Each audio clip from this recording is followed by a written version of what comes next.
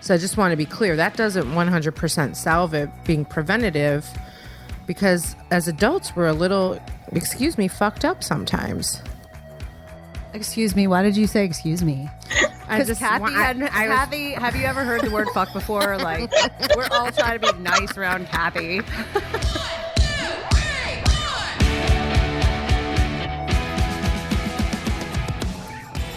Hey, Warners, welcome to Women Your Mother Warned You About, The podcast that makes business sexy again.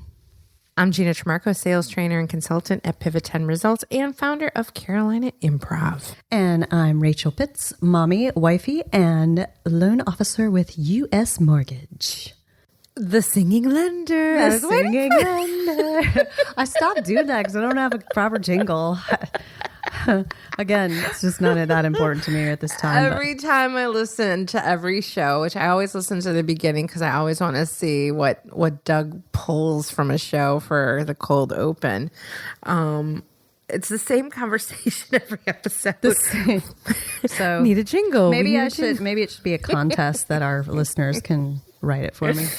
Yeah. And then we need our jingle. But anyway, we're fine. We could just be ourselves. So excited about this episode with Kathy Redwine, who's a counselor, and she's a licensed counselor. And you know her and you've worked with her. And I work with her in a different capacity producing her podcast. It was so great having someone on the show that we could talk to about how to talk to kids. Yes. Kathy is really wonderful at therapy for children, and she's just so knowledgeable about psychology in general. And she gives us some really great tips in this episode of how to deal with what we're going through. And because of the time at this episode, the entire world is in the midst of trying to come to terms with how COVID-19 is affecting us all. And it's definitely got to be affecting the kids, whether they say so or not. Yeah. And she goes beyond that too. We talk about, everything. Because on our show in particular, we always have moments of talking about the impact on kids about different things, not just COVID and what we're going through. So it was kind of cool to hit on a bunch of different things of how to talk to kids. And I think what resonated the most with me was she talked about confidence. And I think that's such a big deal, especially as women, as we go from little girls into women, and where our confidence level is and how do we stand in our value and how that impacts everything. And I love this, that she said, if you stay true to yourself, confidence comes from understanding yourself.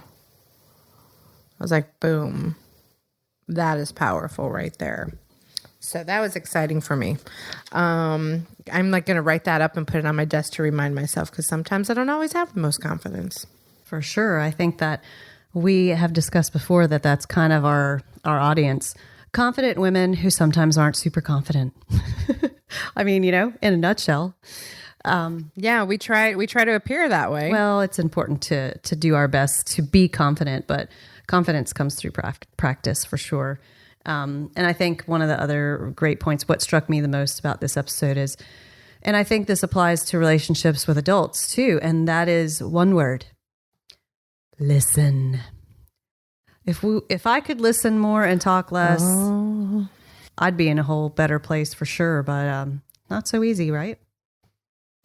Preaching to the improv queen and the yes and warrior here. It's all about the listen. If we would just listen better, we would all be better humans. Period. End of story. That's it. So speaking of listen, let's take a listen to this episode of Women Your Mother Warned You About with Kathy Redwine.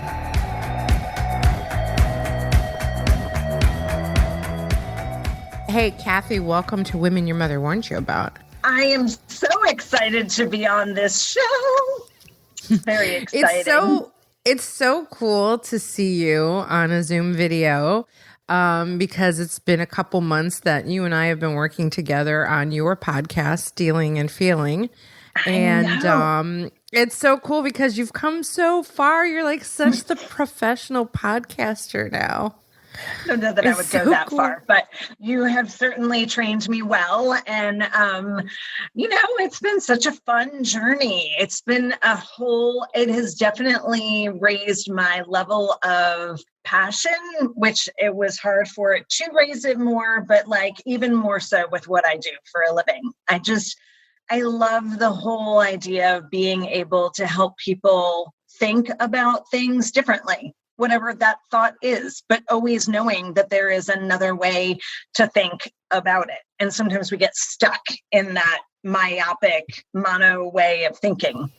Yeah. And it's so interesting the way 6 degrees of somebody, like somehow I was introduced to you by someone else, but Rachel knew you. And then Rachel knows the person that introduced us, but Rachel didn't introduce me to that person. Like the whole like little world of introducing people. So Rachel's worked with you in a different capacity too.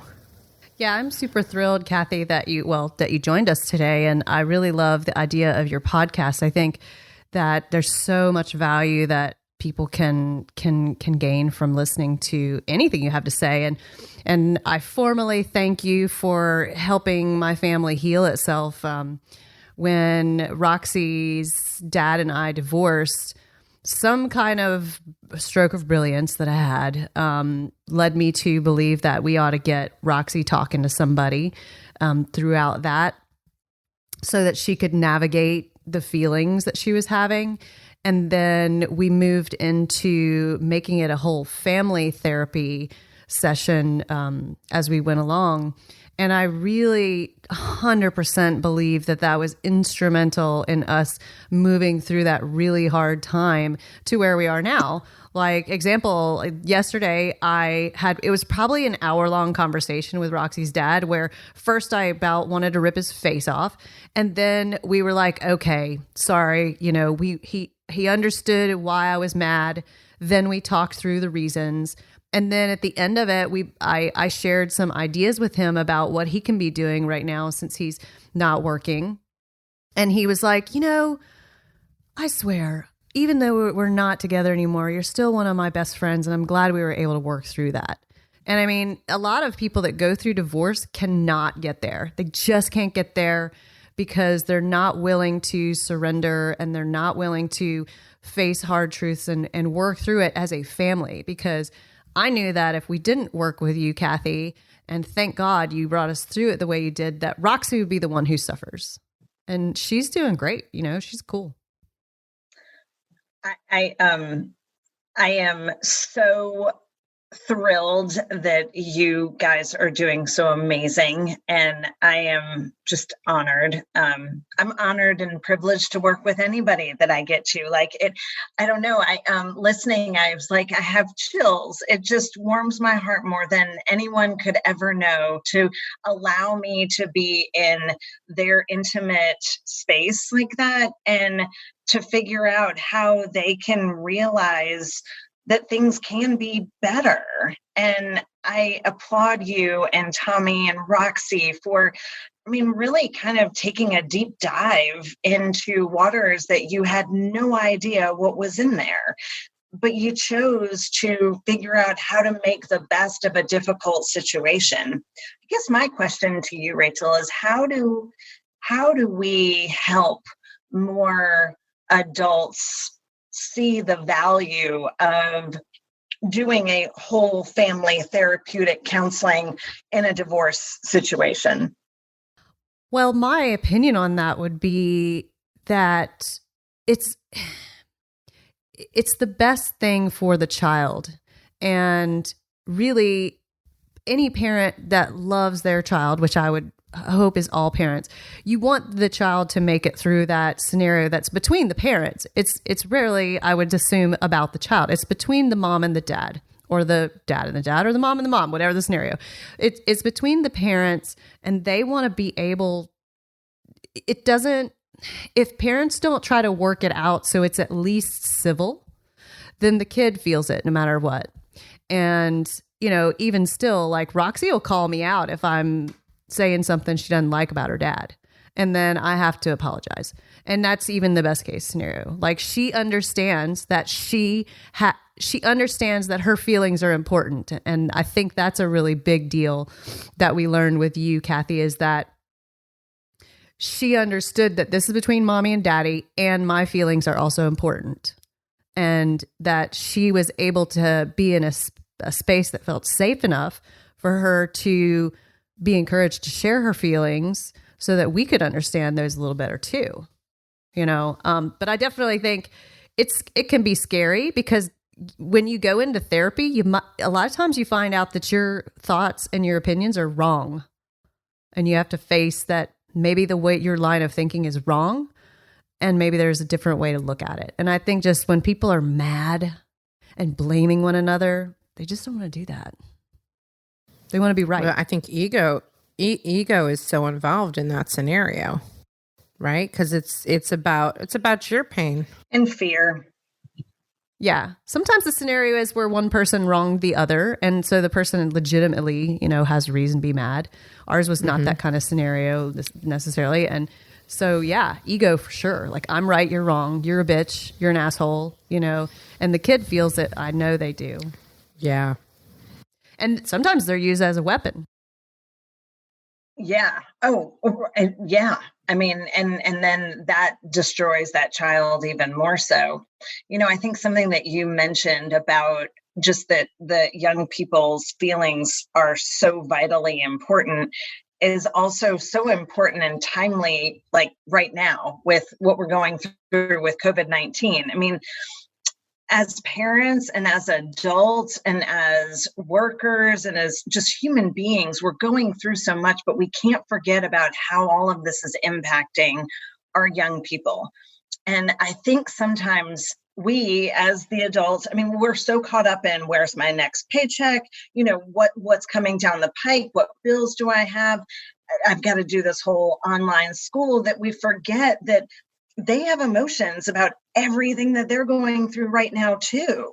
And I think just helping parents remember that children have feelings. They might not express them the same way, but theirs are just as important. I always come back to this same thing, and it's emotional intelligence, right? It's when we have the emotional intelligence as human beings that we can take the time to recognize and pay attention to other people's feelings, especially if children are involved, paying attention to their feelings. I don't know. I'm not a parent. Sometimes I play one on stage, but I'm not a parent. I can only imagine. But they're little people, so you have to pay attention to their emotions just as much as you have to pay attention to anybody else's. It's empathy. I mean, empathy is at the heart of so much. And if we can help our young people understand what it must be like to be in somebody else's shoes when they're 5, 6, or 7, then maybe they're going to be less likely to bully somebody when they get into, 4th or 5th grade.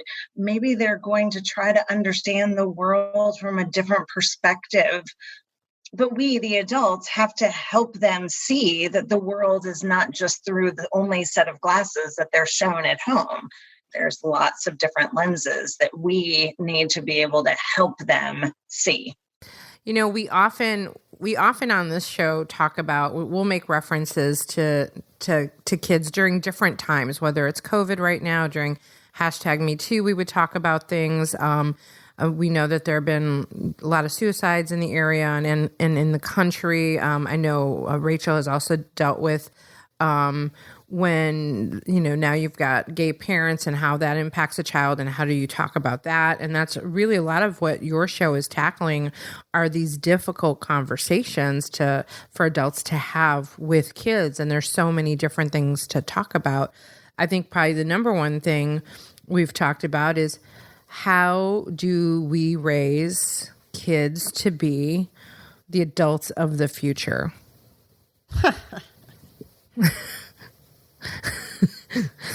Rachel, why do you laugh? I laugh because I'm pretty sure that every parent since the beginning of time has wondered how the hell they're supposed to do that. Well, and I wonder if some adults just are not even thinking about it, though. You know what I mean? Like, because we do have kids who become bullies and predators, and you know what I mean? In their adult life, something went wrong in their childhood that you're made them definitely right. assholes. You're right about that. I definitely think Gina and I'm sure Kathy can extrapolate on this, but I think we're better at it as parents now. We're thinking more about the kids. Like, I mean, I grew up and my parents were great parents, but they were mostly like, just go outside and play.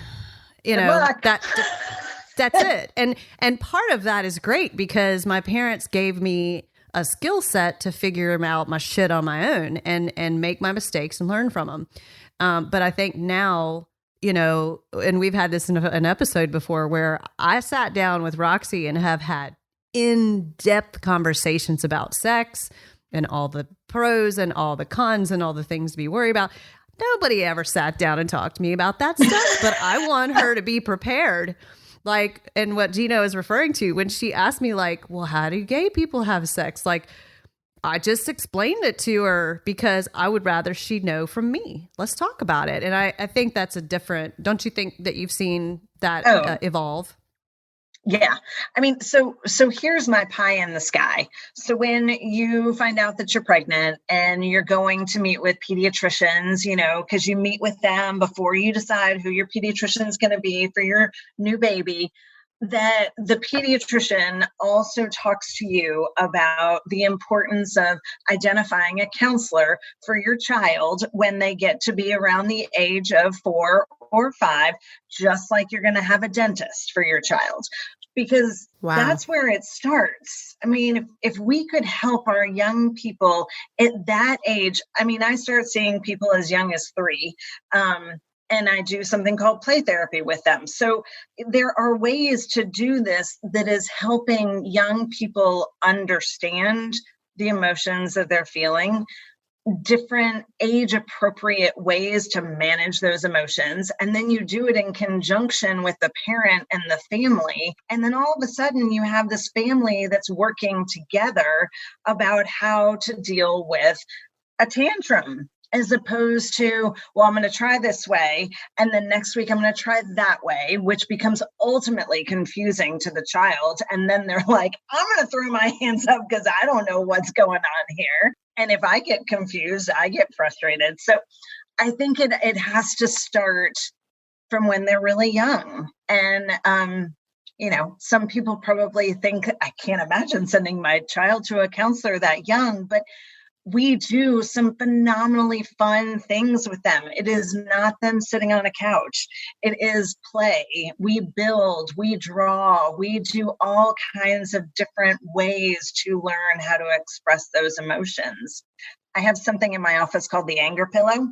And I encourage families to draw a big angry face, whatever that face looks like to that young person, draw it on the pillow. And when you get mad next time, you go and hit that pillow.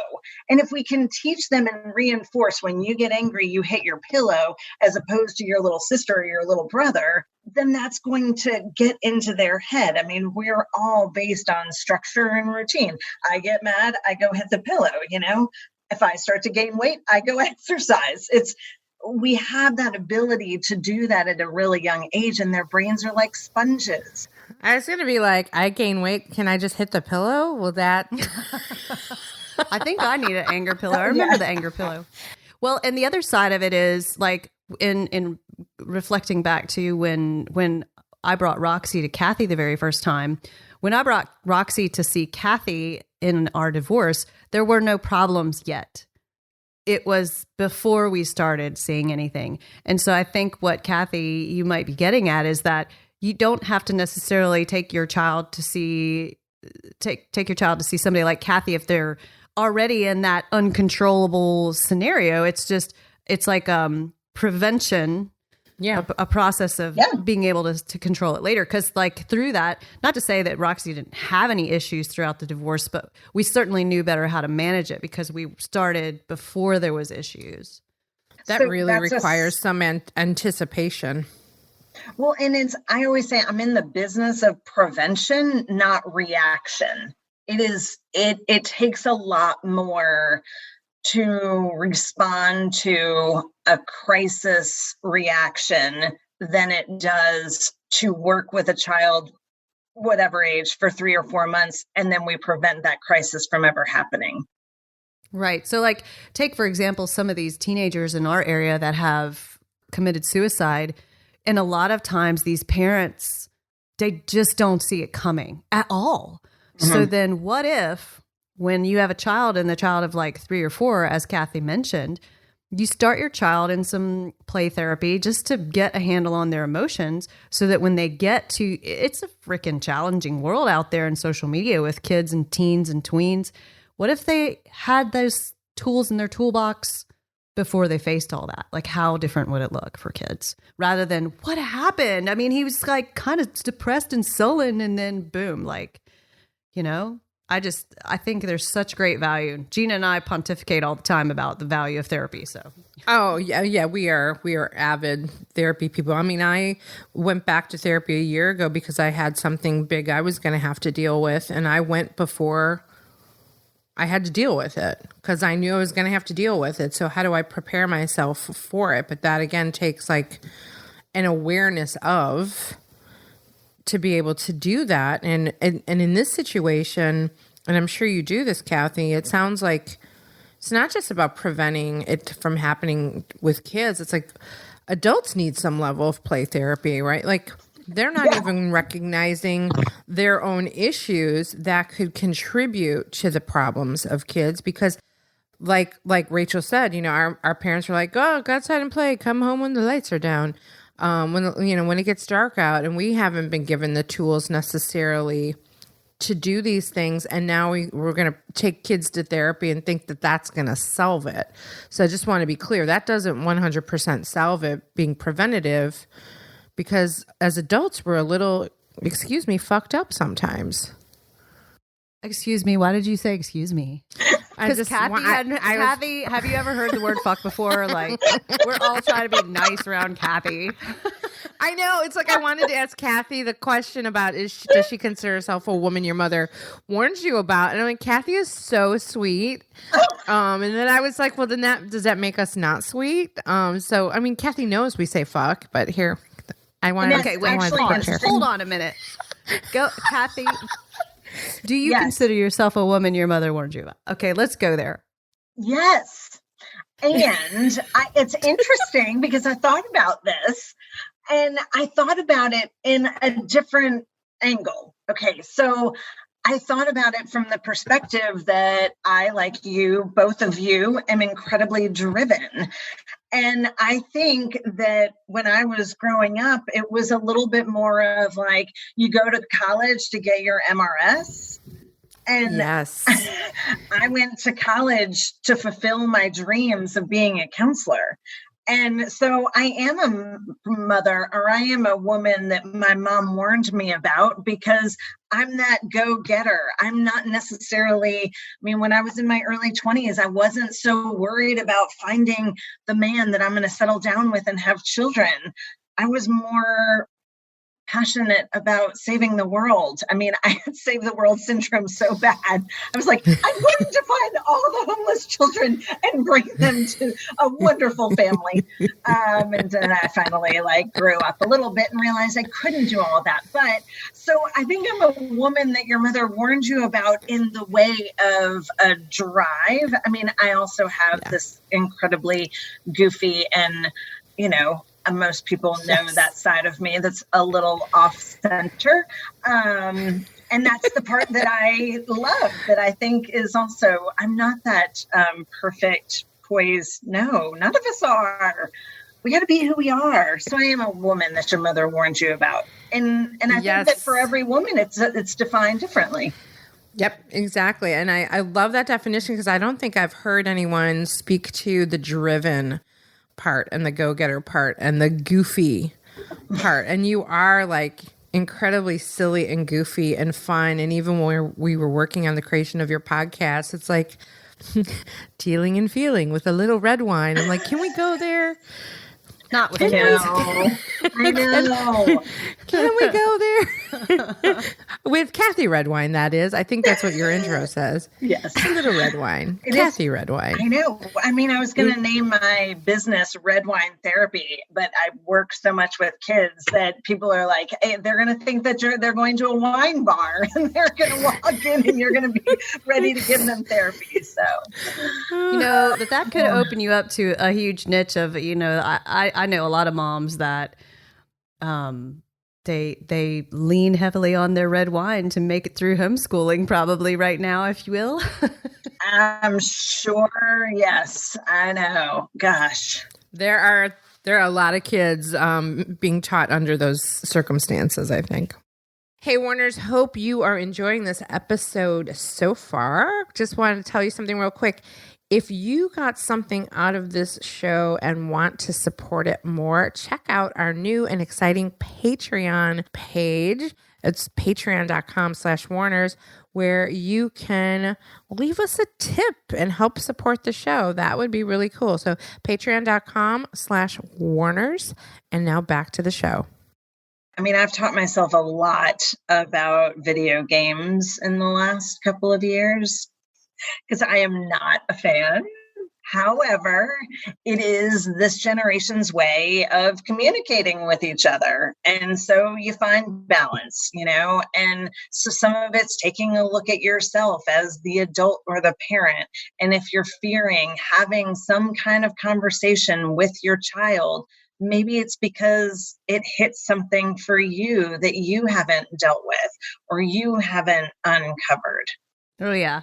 Well, that's like TikTok for me. So I have a TikTok account because in the beginning, Roxy got on TikTok and I was like, well, if that's how she wants to communicate, I guess I'll get on TikTok. And for a while, especially throughout my wedding and my honeymoon, that's how I communicated with her. And she loved it. It actually brought us closer together because when I was in Paris, I was making TikToks and I knew that she was the only person seeing it, but I knew that she would see it. And she knew that that was just for her because at that time I had no followers and I didn't care. So it was a way that I could get on her level and talk to her. And now we have so much fun with it. We were at Disney at the beginning of the year and we were sitting there waiting for dinner. She and I, my husband, his son couldn't make it. We're sitting there looking at TikTok and there's these women behind us bitching a blue streak about TikTok and their children, and it's the most scary, terrifying place, and they just can't believe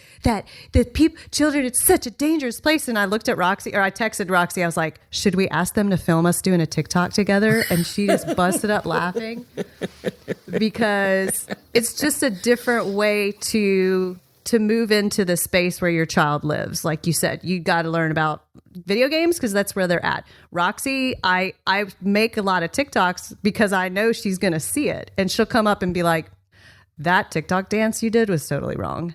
But, it's brought us together rather than trying to, I have this big thing with my husband and his son to encourage him not to become the enemy. His son is 14. So some stuff's coming up. And I'll say, I don't try to tell him how to parent his child, but when he asks me about certain things, I say, the goal is to not be the enemy of your kids because a lot of times teenagers in high school, like any adult, becomes the enemy. And for my kid, I don't want to be the enemy. I want to be the person that you can come to and know that no matter what happens, you can talk to me. And that's a hard thing to accomplish, but sometimes you got to just get down on their level. That is, well, yeah, you got to get on their level. And if we're not meeting them where they are, whether it's TikTok or video games or whatever, they're going to shut us out because in so many ways, they want to share that little bit of their world with us, but eventually they won't. And so we may have to take it for what it is. It might not thrill us, but we gotta do it so that we stay connected. The minute that we stop connecting is, Kathy, you said, they're not going to share it forever, share their world with you forever. But imagine if they did, because you created such a safe space that they don't think twice about sharing everything with you because they know they're in a safe space that they can come to do that. And this makes me think about, once again, I talk about this a lot, the improv tenet of making other people look good. And when Rachel is doing TikToks for Roxy to critique, it's really making Roxy look good because it's making her a subject matter expert in TikTok, which who doesn't want to be like, we all want our parents to be proud of us no matter what our age is. And so when you come from that mindset, going back to your original question to Rachel too, what can adults do? If you wake up every day in the mindset of, my job is to make my kid look good. My job is to elevate my kid. My job is to put my kid in the spotlight. My job is to make me think about my kid first. Again, not a parent. I like to put that disclaimer out there, but this is being human 101. I mean, you hit on something that's incredibly important to me. It's helping young people feel pride about who they are. It's my job as a parent, as a counselor, as a woman to help young people feel empowered about who they are. I don't live in your shoes. I don't want you to be just like me. I want to be who you are. I want you to be who you are. Yeah. And so with my kids when they were younger, would say, "Oh, mommy, look at this. This picture is so pretty." And my response wouldn't be, "I'm so proud of you." My response would be, "You are so proud of how hard you worked on that painting." And it's interesting because both of my kids tell me all the time about the things that they feel proud of. So it works. You know, my son's old enough now, he's in middle school, that he's had that training long enough, and it makes a difference, and it helps to build their confidence. Yeah, there's great advice in that same mindset book that I mentioned the other day. I found that the discussion on parenting in that book is just invaluable because parents tend to think that utilizing your phrase, Gina, to put your kid in the spotlight and tell them how wonderful and perfect they are. Well, it kind of fucks them up actually, because then they suddenly feel like, oh my God, if I'm not perfect, then you're not going to be proud of me. So there's like a different, like what Kathy is saying, to show them you need to be proud of what you did. I'm going to love you no matter what because you're my kid, but Yeah, and when I say put him in the spotlight, I don't mean put him in a spotlight in that realm, because I agree with you. I'm saying put him in the spotlight as far as how they think and what they want matters. Yeah. And to put them first over your own mindset and the things that you're trying to accomplish. Oh, yeah. It matters, because I think about, reflecting back, and I'm sure, Rachel, you have stories on these too. I mean, people could just read your book and pick up on it. I think about when I would say to my mom, I remember distinctly at the age of 7, watching the Dinah Shore show, if anybody remembers that, saying to my mom, I'm like, I'm going to be an actress. And I remember the bold declaration. And my mother's response was, no, you can't do that. And I never forgot it. Wow. And had your mom responded in a way of, well, what would that be? How would you do that? Do you think that it would have led you to think about things differently? Or did it change? Absolutely. And well, the positive that came out of that in some ways was that because my relationship with my mother was so tumultuous, and I think a lot of it was because she was an alcoholic, and when I was a kid and I didn't know it, I got an opportunity when I was 9 to audition for a TV show. And I went to audition and my mom had to take me there. And so I was like, I kept pushing the agenda. I didn't give up on the agenda because I'm a woman your mother warned you about. I'm a woman my mother clearly warned everybody about. But I pushed my agenda and went through that audition, got cast, and then the show was canceled. And later, as a kid at that point at 9, I was like, Well, my friend that also auditioned has an agent, and she said if we like try to get me an agent, and I kept pushing the agenda. She wouldn't go for it. Why? Because it was going to be an inconvenience to her to have to go through that. But I never really gave up on being a performer, right? I found other ways to do it. I didn't let it deter me, and maybe that's because the other parent, being my father, was always encouraging. You can have anything you want. You can be anything you want. You hit on communication is where it's all at. And if we figure out how to effectively communicate with our spouse, our significant other, our children, a lot of things fall into place. We just have to learn the basic art of hearing, listening, and talking effectively and in ways that are kind, not saying things that are going to put people in a negative headspace. Society does that for us enough. We don't have to have other people tell us those things.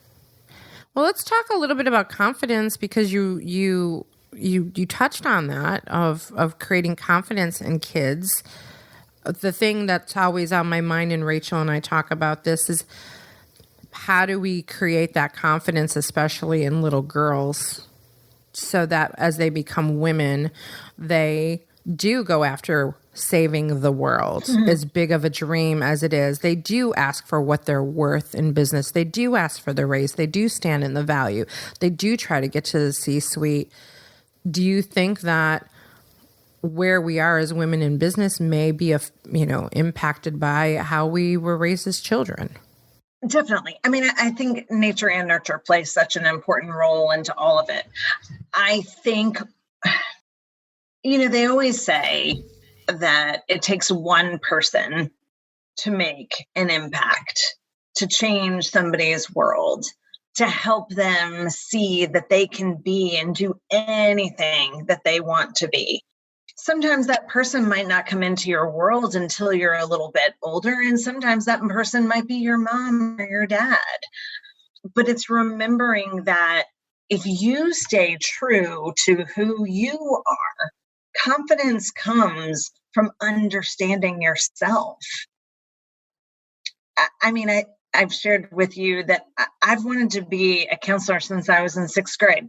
Like, I just had this, I don't know, I just knew that I wanted to do something that was helping people. And of course, back then I didn't know that counseling was it, because counselors didn't really exist unless your child had ADD and you took them to someone to get Ritalin or whatever else it was that they gave them then.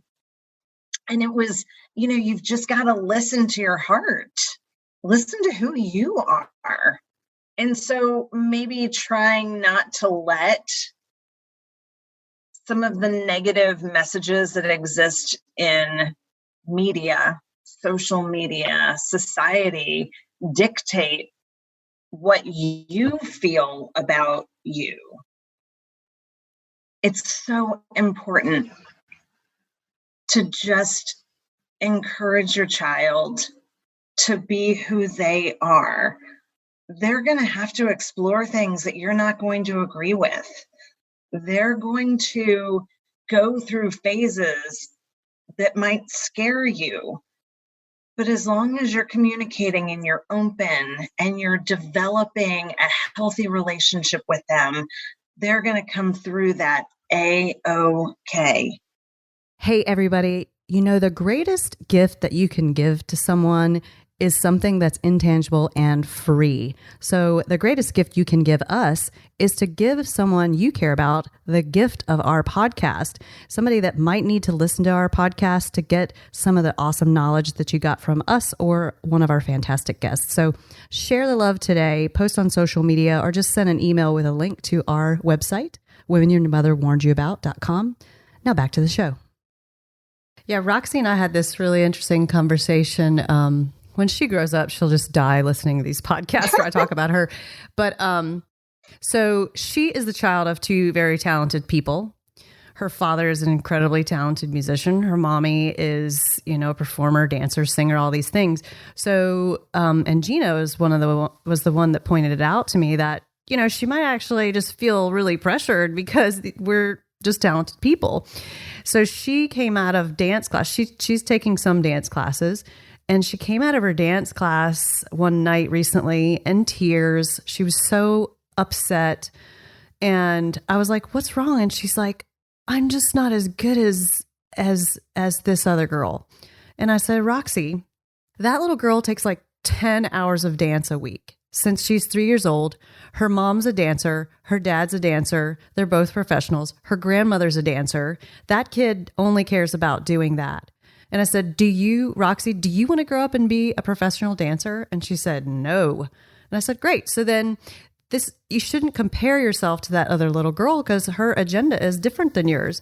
I said, "What's your favorite thing to do?" She said, "Well, I love to draw." And I said, "And I bet you that other little girl doesn't draw as well as you do because you spend 10 hours a week working on art. She spends 10 hours a week working on dance, and you spend 1 hour a week working on dance. So that is something she works on more." And I said, "Just let dance be something that's fun.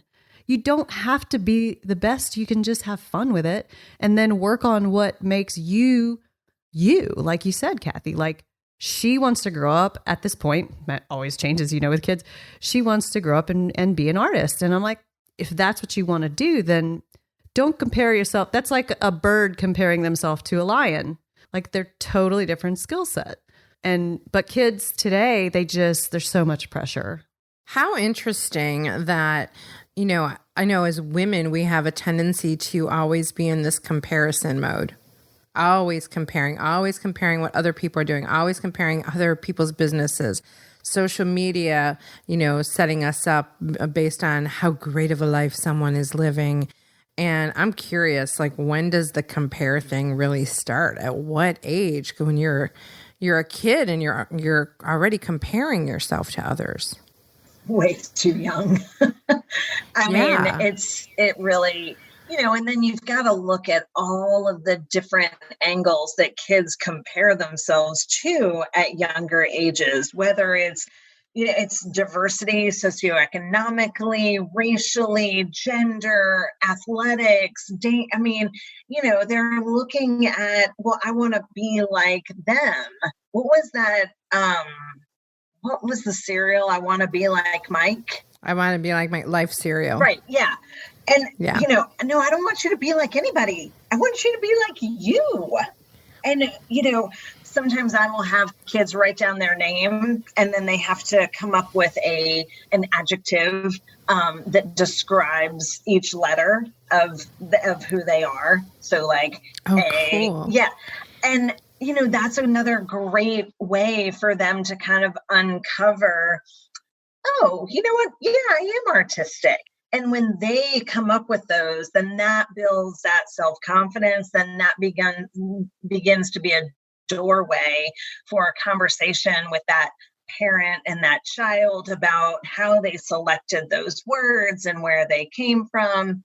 I also think that it helps us take a leap of faith when we get a little bit older. If you've got that confidence built into you when you're younger, and like you say with Roxy, she may decide that she wants to be a dancer when she gets older.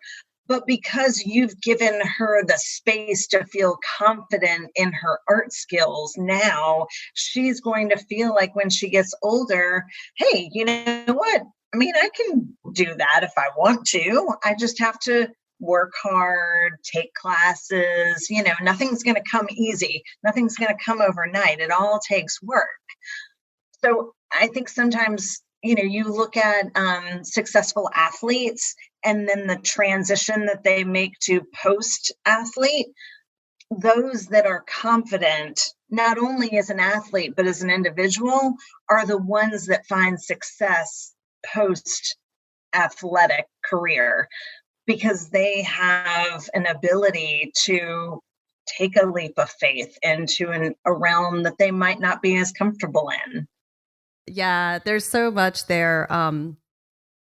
Let's talk for a second about the gender thing, because I know when I was a kid, we didn't have to decide what gender we identified with. And I speak about this because Roxy's in that age right now where These kids are exploring that, and they are aware of the opportunity to choose what gender they identify as. There's terminology that when Roxy brought it up to me, I had to go look it up. And it's just a totally different world. I choose to completely embrace it because I think that at this age, they're trying to discover who they are. So I'm like, whatever you want to, let's just ask me questions and how can I support you? But what are you seeing in that, and how can parents deal with that, especially if a child comes and decides they identify as something that takes the parent off guard? I mean, really, Rachel, exactly what you said. It's how do we embrace what our young person is going through? And we have the advantage of experience. We've been there. We've done that. We did that exploration. So you'll be okay. You'll get through it. But that's not where that kid is. That kid is so confused and conflicted. And I don't know, am I supposed to do this? Or I hear that I should be doing these things. So we've got to embrace, this goes back to having that listening ear as a parent or as an adult in a child's life. Listen to what they have to say. It's scary. I totally remember being scared to ask the question or scared to even talk to anybody because then I thought people were going to think that I was weird. And I definitely didn't feel like I could talk to my mom or my dad about it. My brother was so much older than me. And then if kids are feeling frightened by not having someone to talk to, who are they going to go talk to? And so for a parent, or what are they going to go and do? Numb themselves so that they are not having to think about the thoughts that might be confusing to them. I know tons of kids go through questioning. They go through wondering, well, am I this? Am I that? That's totally normal.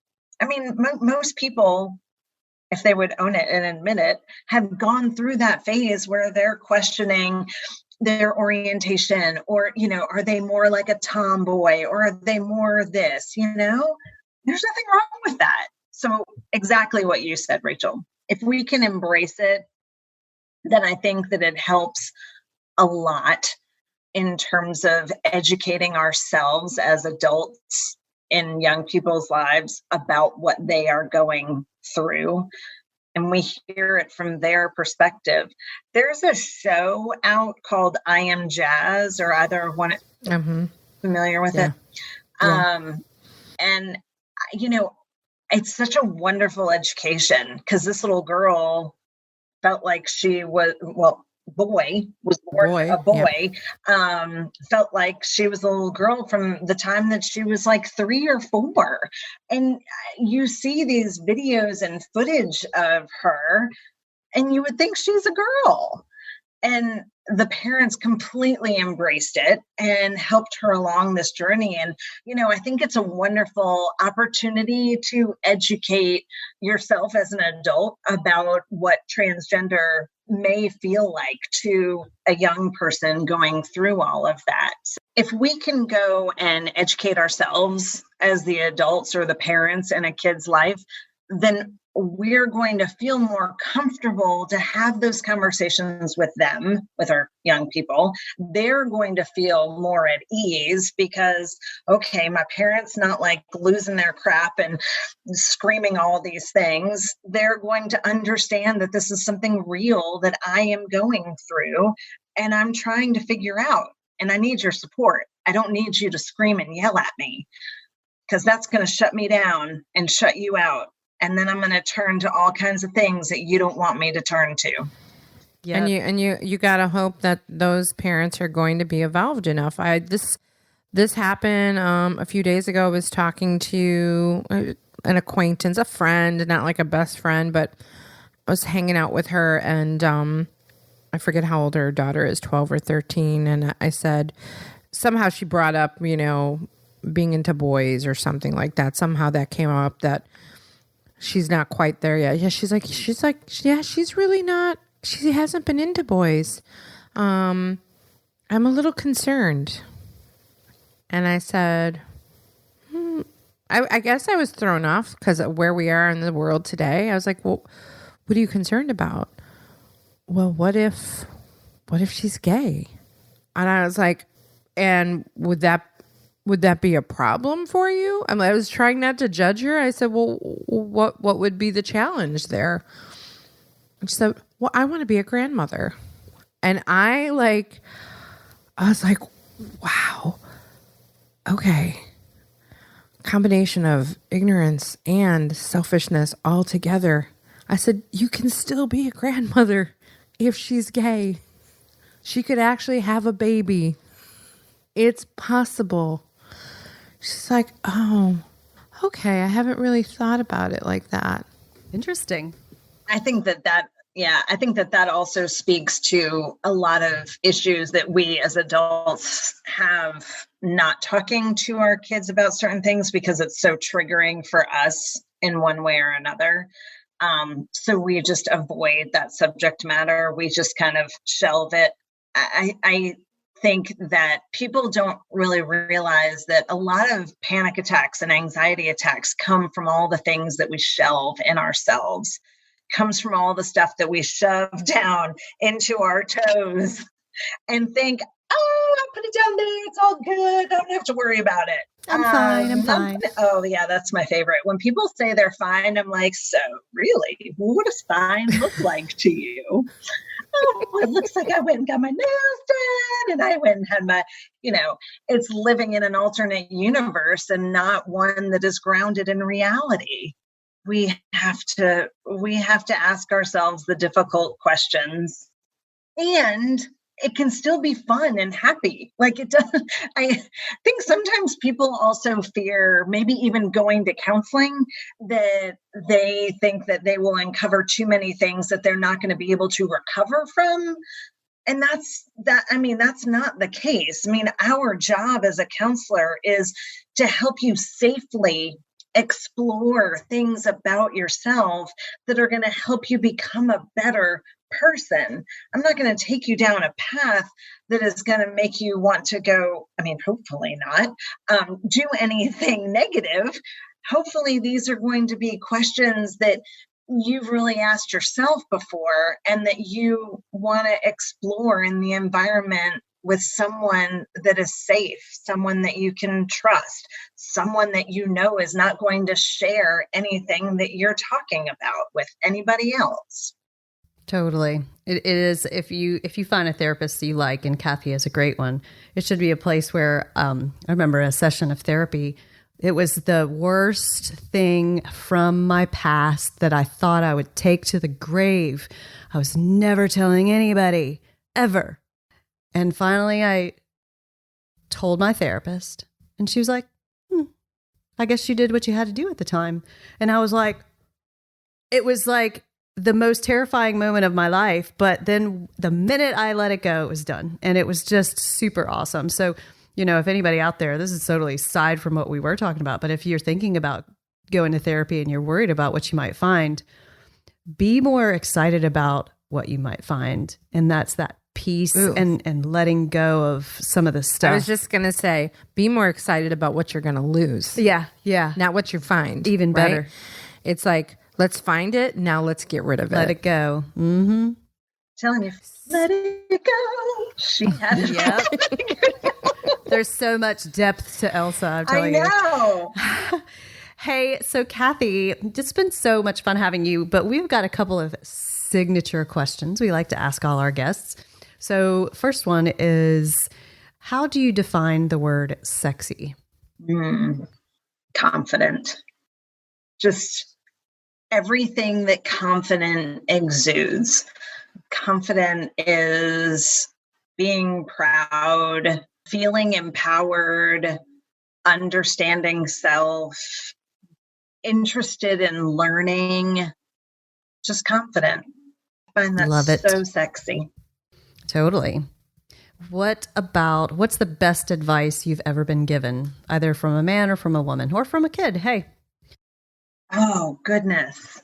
Oh, there's so many. Start a podcast. No. Yes, exactly. And I don't necessarily know if it's advice or there's something that I love so much about the innocence of children, and that they see the world in such a different way. So I'm not sure, again, if this is advice or not, but I'm going to share this quick little story about my son, and I'm sure he's going to love that I'm going to share it. But so I was doing play therapy with him shortly after my daughter was born, and we had a whole lot of stuff going on. My dad had just passed away, and my sister-in-law was not doing well with cancer, and I was worried about my son and the attention because there were so many things going on. So I was doing play with him, and he, in my little playroom, he goes over and I have handcuffs and knives and, all things that children may see. And he picks up the handcuffs, and then he grabs the baby doll, and he puts the handcuffs around the baby doll's neck. And I'm like, oh my God, my son wants to kill his newborn sister. And so I just said, okay, so you don't label things in play. You allow the child to label them for you. So he says, well, I'm putting this there and I'm putting these around this. And I said, okay. And he says, yes, Mom, these are called grabbers. They're used to pick up things that are heavy. He was 3. He couldn't hold his baby sister. He couldn't pick her up. It was so eye-opening to me. I was like, oh my gosh. And he didn't think anything of what I was thinking, but it was that beautiful innocence of looking at the world through their eyes. They're not thinking about picking up a gun and killing somebody. They're thinking about picking them up to play with it. He's thinking about handcuff. He didn't know what a handcuff was. So that is probably the best advice that I got. And it was from a 3-year-old. Is just never assume. Never. That's an awesome story. That is a good story. Wow. So last question. What advice do you wish you had been given? Probably going back to just being a driven girl, that it's perfectly okay to be driven, to not follow the stereotype of go to college, find a husband, get married, have children, but just follow your dreams and be who you are, because when you do that, everything else just falls into place. Mic drop. It was so fun having you on the show. Thank you for doing that today. And if people want to learn more about you and your podcast, where should they go to learn more about Kathy Redwine and Dealing and Feeling? Yeah, come and listen. It's going to be so much fun, and it's getting more fun by the week. That's for sure. I'm kind of getting over a little bit of my nerves, although I still have them. We have a Facebook page and an Instagram page, dealingandfeeling.com. Will take you, Gina, it'll take you to the Facebook page. Will it take you to Instagram? Yes. Yeah, dealingandfeeling.com brings you to the Facebook page. Okay. And then we have Dealing and Feeling Instagram page. And then I am obviously a therapist. So if anyone is in need of counseling services, I see adults, I see couples, I work with young people, obviously. I can be found on Psychology Today, and that's under just Kathy Redwine. And I have a bio on there, and it tells you a little bit more about me. And I think that's it. Gosh, you have to be a fun counselor. If my counselor ever leaves me out. Well, you already counsel me. I love that you already counsel me. So thanks for that. It's like extra free therapy. Well, I don't know. I mean, it's kind of somebody did ask me that one time. They said, "How do you do what you do?" and always with like a smile and laugh. And I said, because my office to me is where hope begins. Oh. That's beautiful. It is though, and if everybody can walk through those doors and know that I am there to just help them along on their journey and to be there as a support system, and that I truly believe that this is where we begin to have hope and hopefully help things get a little bit better. Well, go over to dealingandfeeling.com, Warners, and get a little hope. Pour yourself some red wine. Pour yourself a glass of red wine to spend some time with Redwine to get some hope. Thanks again, Kathy. Thank you to all of our Warners for listening to this episode of Women Your Mother Warned You About. To connect with me directly or learn more about Pivot10 Results and Carolina Improv, you can find me on womenyourmotherwarnedyouabout.com or at ginatrimarco.com. And for Rachel, where should they go? You can find me all over social media as The Singing Lender and also thesinginglender.com. You can find all of our social media links as well as some cool free downloads and contact information for our favorite third-party guy, Mr. Keith Walters. It's all at womenyourmotherwarnedyouabout.com. Yeah, we cannot forget that guy, Keith. That's what Keith said. If you love our show, show the love and share it with a friend, colleague, or client. Spread the word. Of course, we love ratings and reviews. You can do that too. Keep on keeping it sexy, Warners. And remember, for the best relationships, keep it real, raw, and relevant. And a little irreverence doesn't hurt either. Bye, Warners. This really will get serious soon. Yeah, it doesn't have to. I don't think anybody wants it to be serious. Women Your Mother Warned You About is a Pod About It production. You've got a great idea. Let's pod about it. Visit podaboutit.com for more information. Woof, woof. Monkey, monkey.